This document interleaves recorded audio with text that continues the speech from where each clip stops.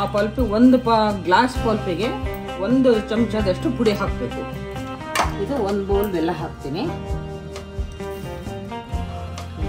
ಈ ಥರ ಪೇಸ್ಟ್ ಥರ ಆಗಬೇಕು. ಈ ಪೇಸ್ಟ್ನ ತೆಗೆದಿಟ್ಕೊಂಡ್ಬಿಡ್ಬೇಕು ನಾವು.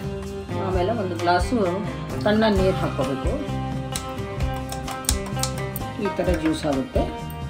ಕಾಯಿ ಹಣ್ಣು ಮಾವಿನ ಜ್ಯೂಸು ಅಂತ ಹೇಳ್ಬೋದು. ಅದ್ಭುತವಾಗಿ ಮಾಡಿಕೊಟ್ಟಿದ್ದಾರೆ.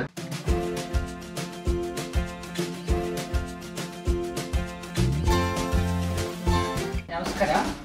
ನಾನು ಈಗ ಮಾವಿನ ಹಣ್ಣಿನ ಸುಗ್ಗಿ, ಮಾವಿನಕಾಯಿ ಸುಗ್ಗಿ, ಉಪ್ಪಿನಕಾಯಿ ಹಾಕೋದು, ಗೊಜ್ಜು ಮಾಡೋದು, ಶರಬತ್ತುಗಳು ಮಾಡೋದು, ಪಾನಕಗಳು ಮಾಡೋದು ಈಗ ಜಾಸ್ತಿ. ಅದೇ ರೀತಿ ನಾನು ಉಪ್ಪಿನಕಾಯಿ ಮಾಡಬೇಕು ಅಂತ ನಮ್ಮ ತೋಟದ್ದು ಹಳ್ಳಿಯಿಂದ ಮಾವಿನಕಾಯಿ ತರಿಸ್ದೆ. ಆ ಮಾವಿನಕಾಯಿ ಇವು. ಆದರೆ ಅಲ್ಲಿಂದ ಬರೋದ್ರಲ್ಲೇ ಇವೇನಾಯಿತು ಅಂದರೆ ಕೆಲವು ಮೆತ್ತಗಾಗೋಗ್ಬಿಡ್ತು, ಕೆಲವು ಗಟ್ಟಿ ಇತ್ತು. ಮೆತ್ತಗಾಗಿದ್ದು ಉಪ್ಪಿನಕಾಯಿ ಚೆನ್ನಾಗಿರಲ್ಲ. ಮೆತ್ತಗಾಗಿದ್ದು ಅದಕ್ಕೆ ನಾನು ಏನು ಮಾಡೋದು, ಯೂಸ್ ಮಾಡಬೇಕಲ್ಲ ಅಂಥೇಳಿ ಇದ್ರದ್ದು ಶರಬತ್ತು ಮಾಡಿ ತೋರಿಸ್ತೀನಿ ನಾನು ಪಾನಕನ. ಇವು ಮಾವಿನಕಾಯಿ. ಈ ಮಾವಿನಕಾಯಿನ ನಾನು ಏನು ಮಾಡೀನಿ ಅಂದರೆ ಇವು ತೊಳೆದ್ಬಿಟ್ಟು ಈ ರೀತಿ ಒಂದು ಮೆತ್ತಗಾದ ಹಣ್ಣುಗಳನ್ನೆಲ್ಲ ಬೇಯಿಸಿಟ್ಟಿದ್ದೀನಿ ನಾನು. ಇವನು ಬೇಯಿಸಿ ಇದರದ್ದೆಲ್ಲ ಪಲ್ಪ್ ತಕ್ಕೋಬೇಕು. ಇದು ಎಲ್ಲ ರಸನ, ಇದನ್ನು ರಸ ತಕ್ಕೊಂಡು ಜರಡಿ ಹಿಡಿಬೇಕು. ಇದು 10 ಮಾವಿನಕಾಯಿ ರಸ. ಇದು ತಣ್ಣಗಾಗೋವರೆಗೂ ಇಡಬೇಕು. ಇದು ತಗೊಂಡು ಇದನ್ನೆಲ್ಲ ರಸ ಎಲ್ಲ ಮಿಕ್ಸಿ ಮಾಡ್ಕೋಬೇಕು.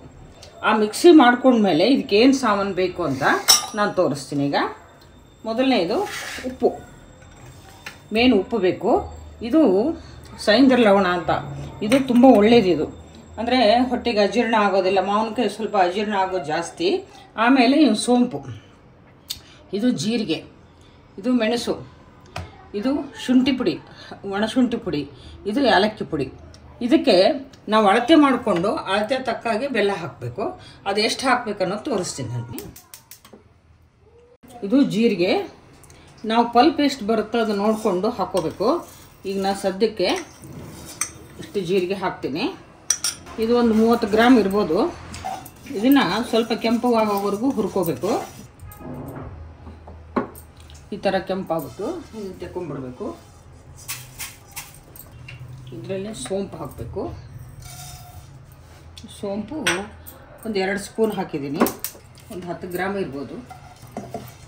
ಇದನ್ನು ಸ್ವಲ್ಪ ಕೆಂಪಾಗೋವರೆಗೂ ಮಾಡಬೇಕು. ತೆಗೆಯೋಣ. ಕಾಳು ಮೆಣಸು ಇವನು ಸ್ವಲ್ಪ ಬಿಸಿ ಮಾಡ್ಕೋಬೇಕು.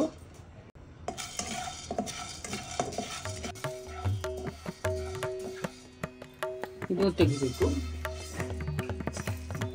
ಇದರಲ್ಲಿ ಪುದೀನೂ ಹಾಕ್ಕೋಬೋದು. ಆದರೆ ನಾವು ತುಂಬ ದಿನ ಇಡೋದಾದರೆ ಪುದೀನ ಹಾಕೋದಿಲ್ಲ. ಅವಾಗಲೇ ಮಾಡ್ಕೊಂಡು ಕುಡಿಯೋದಾದರೆ ನಾವು ಒಂದು ಹಿಡಿ ಪುದೀನ ಹಾಕಿ ಅದನ್ನು ಮಿಕ್ಸಿ ಮಾಡ್ಕೋಬೇಕು. ಇದು ಸ್ವಲ್ಪ ತಣ್ಣಗಾದ್ಮೇಲೆ ಇದು ಪೌಡ್ರ್ ಮಾಡ್ಕೊಂಬಿಡೋಣ. ಇದು 1 ಸ್ಪೂನು ಸೈಂಧರ ಲವಣ ಹಾಕ್ತೀನಿ. ಸೈಂಧರ ಲವಣ ಅಂದರೆ ಇದು ಕಲ್ಲುಪ್ಪು.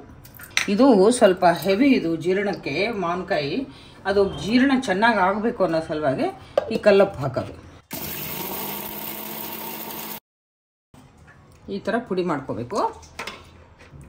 ನಮ್ಗೆ ಆ ಪಲ್ಪ್ ಬರೋದು ನೋಡಿ. ಆ ಪಲ್ಪಿಗೆ 1 ಗ್ಲಾಸ್ ಪಲ್ಪಿಗೆ 1 ಚಮಚದಷ್ಟು ಪುಡಿ ಹಾಕಬೇಕು. ಅದು ಅಳತೆ ಮೇಲೆ ನಾವು ಇದನ್ನು ಹಾಕ್ಕೋಬೇಕು. ಈ ನೀರು ಇರುತ್ತಲ್ಲ, ಈ ನೀರನ್ನ ನಾವು ಸೋಸ್ಕೋಬೇಕು.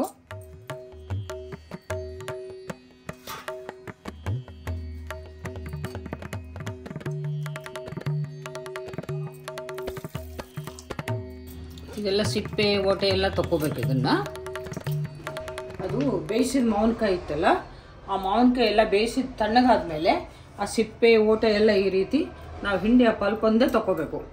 ಈ ರೀತಿ ರಸ ನಾವು ತೊಗೊಂಡ್ಬಿಡ್ಬೇಕು.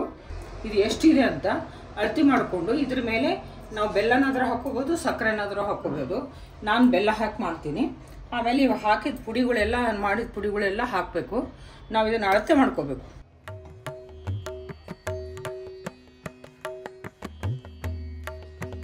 ಒಂದು ಬೌಲ್ ಆಗುತ್ತೆ. ಆಯ್ತು. ಇದಕ್ಕೆ ಬೆಲ್ಲ ಕಲಸಿ ಅದೆಲ್ಲ ಸಾಮಾನೆಲ್ಲ ಹಾಕ್ಕೊಂಡು ಮಿಕ್ಸಿ ಮಾಡ್ಕೋಬೇಕು. ಅದಕ್ಕೆ ಇದನ್ನು ಈ ಕಡೆ ಹಾಕ್ತೀನಿ. ಈಗ ಇದರಲ್ಲೇ 2 ಬೌಲ್ ಆಯ್ತು ಇದು ರಸ. ಇದಕ್ಕೆ ನಾವು 1-1.5 ಬೌಲ್ ಹಾಕ್ಕೋಬೇಕು. ಇದನ್ನು ನಾವು ಸ್ವೀಟ್ ಹೆಂಗೆ ಬೇಕೋ ಅದನ್ನು ನೋಡಿಕೊಂಡು ಹಾಕ್ಕೋಬೇಕು ನಿಮ್ಮ ಸ್ವೀಟ್ ಪ್ರಕಾರ. ಇದು 1 ಬೌಲ್ ಬೆಲ್ಲ ಹಾಕ್ತೀನಿ. ಹಣ್ಣಿಂದಾದರೆ ನಾವು ಬೆಲ್ಲ ಕಡಿಮೆ ಹಾಕ್ತೀವಿ. ಇದು ಮಾವಿನ ಕಾಯಿದಲ್ಲ, ಅದಕ್ಕಾಗಿ ನಾವು ಸ್ವಲ್ಪ ಸ್ವೀಟ್ ಜಾಸ್ತಿ ಹಾಕೋದು. ಇದೆಲ್ಲ ಮಿಕ್ಸ್ ಮಾಡಬೇಕು. ಇದು 1 ಬೌಲಿಗೆ 4 ಚಮಚದಷ್ಟು ಹಾಕ್ತೀನಿ. 4-5 ಚಮಚ ನಮ್ಗೆ ಎಷ್ಟು ಫ್ಲೇವರ್ ಬೇಕೋ ಅಷ್ಟು ಹಾಕ್ಕೋಬೇಕು.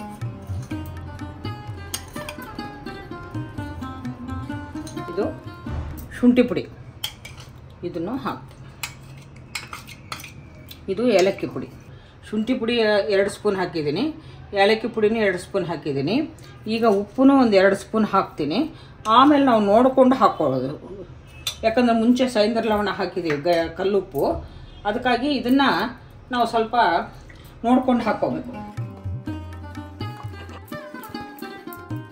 ಇದೆಲ್ಲ ಕಲಿಸ್ಬಿಟ್ಟು ಒಂದು ಸಲ ನಾವು ಮಿಕ್ಸಿ ಮಾಡ್ಕೊಂಡ್ಬಿಡ್ಬೇಕು ಇನ್ನು ಈ ಜ್ಯೂಸ್ನ.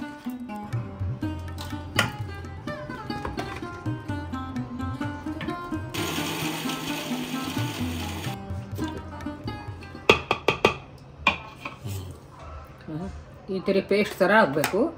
ಈ ಪೇಸ್ಟ್ನ ತೆಗೆದಿಟ್ಕೊಂಡ್ಬಿಡ್ಬೇಕು ನಾವು. ಈಗ 1 ಗ್ಲಾಸ್ ನಮಗೆ ಜ್ಯೂಸ್ ಬೇಕು ಅಂದರೆ 1 ಗ್ಲಾಸ್ ನೀರಿಗೆ ಇದು 2 ಸ್ಪೂನ್ ಹಾಕೋದು. ಯಾವಾಗಲೂ ನಮ್ಗೆ ಇನ್ನೂ ಪಲ್ಪಿನ ಇನ್ನೂ ಚೆನ್ನಾಗಿ ಟೇಸ್ಟ್ ಬೇಕಪ್ಪ ಅಂದ್ರೆ 3 ಸ್ಪೂನ್ ಹಾಕ್ಕೋಬೇಕು. ಈ ಪಲ್ಪನ್ನ ಒಂದು ಬಾಟ್ಲಿಗೆ ಹಾಕ್ಕೊಂಡು ನಾವು ಫ್ರಿಜ್ನಾಗ ಇಟ್ಕೊಂಡ್ರೆ ಎಷ್ಟೊಂದು 2 ತಿಂಗಳು 3 ತಿಂಗಳಾದ್ರೂ ನೀವು ಉಪಯೋಗಿಸ್ಬೋದು.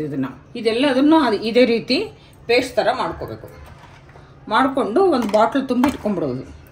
ಇದು ಈ ರೀತಿ ಬೆಲ್ಲ, ಜೀರಿಗೆ, ಸೋಂಪು, ಆಮೇಲೆ ಉಪ್ಪು, ಮೆಣಸಿನ ಪುಡಿ ಎಲ್ಲ ಹಾಕಿ ಇದನ್ನು ಮಿಕ್ಸಿ ಮಾಡಿದ್ದೀನಿ. ಇದು ಬೆಲ್ಲ ಹಾಕಿದ್ದಕ್ಕಾಗಿ ಒಂದು ಸ್ವಲ್ಪ ಒಲೆ ಮೇಲೆ ಬಿಸಿ ಮಾಡಬೇಕು ಇದನ್ನು. ಇದು ಒಂದು ಕುದಿ ಬರಬೇಕು. ಇದು ಕುದಿ ಬಂದರೆ ನಾವು ಇದನ್ನು ಪಲ್ಪ್ ಎಷ್ಟು ದಿವಸ ಜ್ಯೂಸ್ ಇಟ್ಕೊಂಡ್ರೂ ಇದು ಕೆಡಲ್ಲ.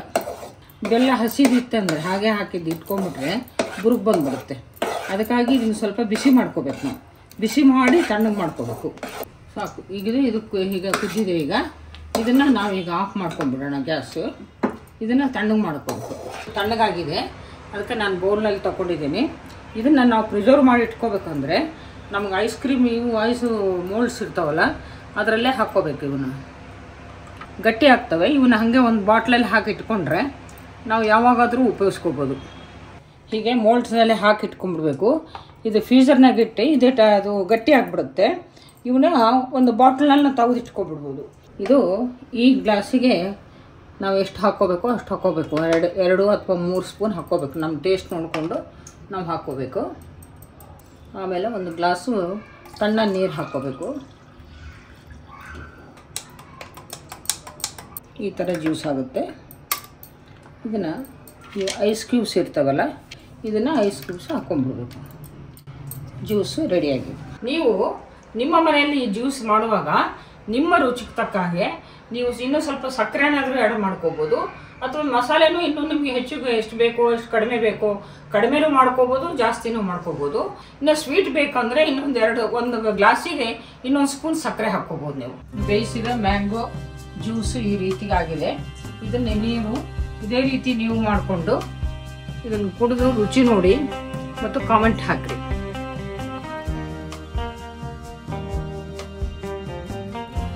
ಸೊ ನಮ್ಮ ಹಳ್ಳಿಯಿಂದ ಬಂದಿರೋ ಮಾವಿನಕಾಯಿ ಅರ್ಧ ಹಣ್ಣು ಆಗಿತ್ತು. ಕಾಯಿ ಹಣ್ಣು ಮಾವಿನ ಜ್ಯೂಸು ಅಂತ ಹೇಳ್ಬೋದು. ಅದ್ಭುತವಾಗಿ ಮಾಡಿಕೊಟ್ಟಿದ್ದಾರೆ.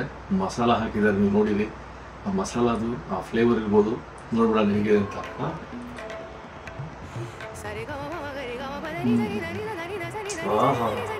ಸಿಹು ಇದೆ, ಹುಳಿಯೂ ಇದೆ. ಮಧ್ಯದಲ್ಲಿ ನಿಮಗೆ ಆ ಪೆಪ್ಪರು, ಆ ಜೀರಿಗೆ, ಆ ಫ್ಲೇವರ್ ಬರ್ತದೆ. ಅದೆಲ್ಲಕ್ಕಿಂತ ಮೀರಿದ್ದು ಬೆಲ್ಲ ಎಲ್ಲಿರುತ್ತೋ ಆ ಸಿಹಿನೇ ಒಂದು ಅದ್ಭುತವಾದ ಮೆರುಗಿರೋ ಸಿಹಿಯಾಗಿರ್ತದೆ. ಅಂಥದ್ದೇ ಒಂದು ಜ್ಯೂಸ್ ಇದು. ನೀವು ಮನೇಲಿ ಮಾಡ್ಕೊಂಡು ಕಾಮೆಂಟ್ಸ್ ಹಾಕಿ ಯಾವ ರೀತಿ ಬಂತು ಅಂತ. ಮಾವಿನ ಸೀಸನ್ ಹೋಗೋದ್ರೊಳಗೆ ಈ ಮಾವಿನ ಜ್ಯೂಸ್ ನೀವು ಮಾಡಿರಬೇಕು, ನಿಮ್ಗೆ ತಿಳಿಸ್ಬೇಕು.